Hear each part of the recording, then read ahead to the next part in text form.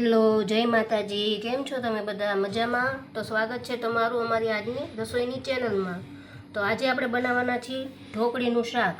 એના માટે મેં લીધો છે ચણાનો લોટ અને ઢોકળી બનાવવાની છે, પણ આજે આપણે મેથીવાળી બનાવવાની છે। સાદી તો આપણે રોજ બનાવતા જ હોઈએ છીએ, પણ આજ મેથીવાળી બનાવવાની છે। તો એના માટે મેં લીધું છે મેથી। મેથી શિયાળામાં ખાવી બહુ ગુણકારી હોય છે, એટલે મેથીનો ઉપયોગ આપણે દરેક શાકમાં કરવો જોઈએ। તો ઢોકળી પણ આપણે મેથીવાળી આજે બનાવવાના છીએ। તો એના માટે મેં લીધી છે મેથી, પછી ખાટી છાશ, એ પણ ઘરની છે એટલે ખાટી લીધી છે, અને આ લસણવાળું મરચું લીધું છે, પાણીમાં પલાળી દીધું છે। તમે જોઈ શકો છો આવી રીતે પાણીમાં એને આપણે લસણવાળા મરચાંની ચટણી કરી નાખવાની છે। આમાં આપણે લસણ ખાંડેલું લેવાનું નથી।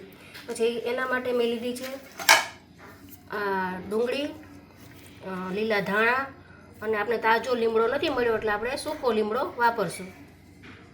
અને આ રોજિંદા મસાલા તો આપણા હોય જ તે, એ આપણે સાઈડમાં રાખશું। અને આ નમક, એ પણ આપણે રોજિંદા મસાલામાં હોય જ છે।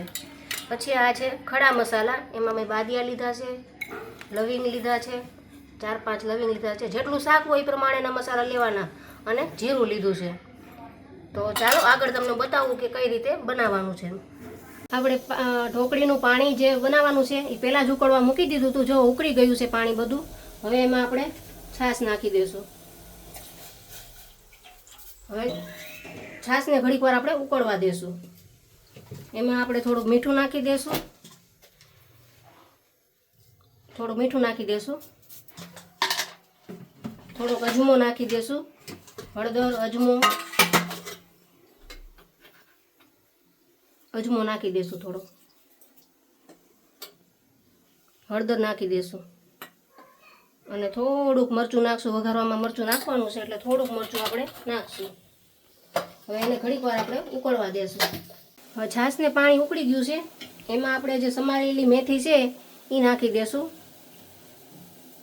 પછી આપણો ચણાનો લોટ છે એ નાખી દેશું, થોડો થોડો કરીને નાખશું એટલે અને આ વેલણથી આપણે એને ખૂબ હલાવી લેશું। જો તમને ચણાનો લોટ ઓછો લાગે તો તમે એમાં ફરીથી પાછો નાખી શકો છો। અને આપણે ખૂબ જ હલાવી લેવાની છે ઢોકળીને।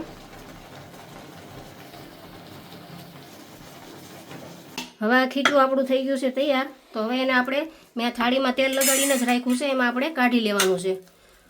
આ ખીચું છોકરાઓને પણ ભાવતું હોય છે એટલે મેં થોડુંક વધારે કર્યું છે કે છોકરાઓ આ ખાઈ શકે। થાળીમાં કાઢી લેશું આપણે।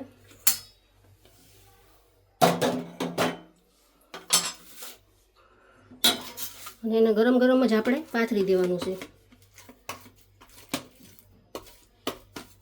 જેટલી તમારે ઢોકળી કરવાની હોય એ પ્રમાણે તમારે પાથરી દેવાનું છે। થોડોક તેલવાળો હાથ કરી એને સરસ રીતે આવી રીતે પાથરી દેવાનું છે।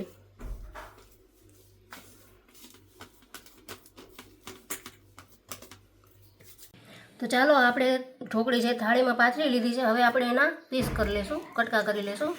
જેવડા તમારે રાખવા હોય એવડા તમારે કટકા કરી લેવાના છે એના। ગરમ ગરમ હોય ત્યાં જ કરી લેવાના, એટલે સરસ એના કટકા થઈ જાય, પીસ પડી જાય। અને બાળકોને તો તમે આમનામ દો ને તો આમનામ પણ શાક નહીં, પણ આમનામ દો તો કેટલી બધી ઢોકળી ખાઈ જતા હોય છે। બાળકોને બહુ ભાવતી હોય છે ઢોકળી, એટલે અમારે તો વધારે જ કરવી પડે છે, થોડી તો અમારે થતી જ નથી। આવી રીતે એના પીસ કરી લેવાના છે।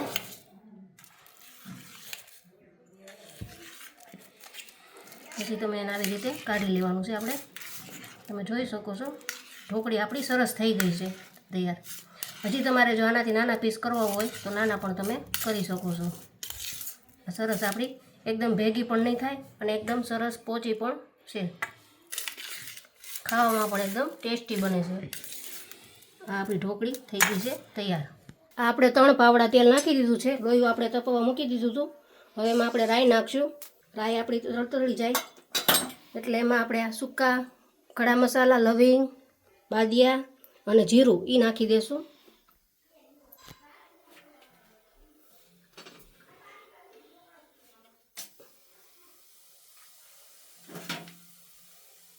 પછી લીલી ડુંગળી નાખી દઈશું આપણે।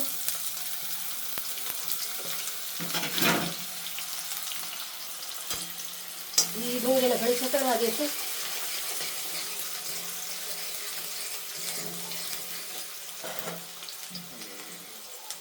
હળદર નાખી દઈશું. પછી જે આપણે લસણવાળી ચટણી કરીને રાખી હતી એ નાખી દઈશું. થોડી ઝાઝી નાખશું એટલે તીખું સરસ શાક આપણે થાય ઢોકળીનું. એને ખૂબ જ સતડાવી લેશું આપણે.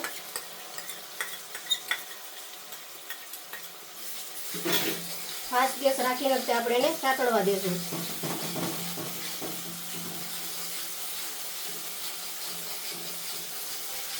આમાં તમે ગરમ મસાલો પણ નાખી શકો છો હોય તો તમારે. અમે તો ગરમ મસાલો નાખતા નથી, પણ જો આમાં ગરમ મસાલો હોય તો એની સુગંધ વધારે આવતી હોય છે.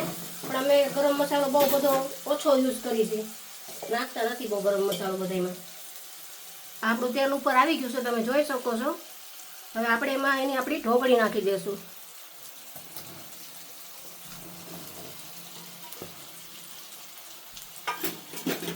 એને પણ આપણે હલાવી લઈશું ધીમા ધીમા હાથે. તમે જોઈ શકો છો કલર એકદમ મસ્ત આવી ગયો છે શાકનો. પછી એમાં આપણે પાણી નાખી દઈશું જોતા પ્રમાણે.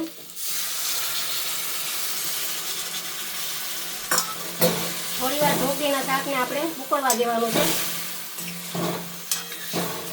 તમારે જેટલો આનો રસો કરવો હોય એ પ્રમાણે આનો રસો કરવાનો છે. જો તમારે રોટલા સાથે ખાવું હોય તો આનો રસો થોડોક તમારે વધારે કરવાનો છે. આ આપણું ઢોકળીનું શાક થઈ ગયું છે તૈયાર. તો એની પર આપણે નાખી દઈશું ધાણા.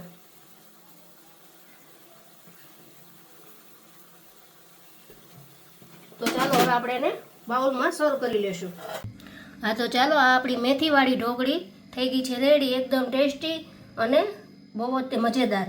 તો તમને કેવી લાગી છે તે જરૂર ને જરૂર અમને કોમેન્ટ કરીને કહેજો. અને લાઇક એન્ડ સબસ્ક્રાઈબ કરવાનું તો ભૂલતા જ નહીં. આવજો, મળશું બીજી રેસીપીમાં.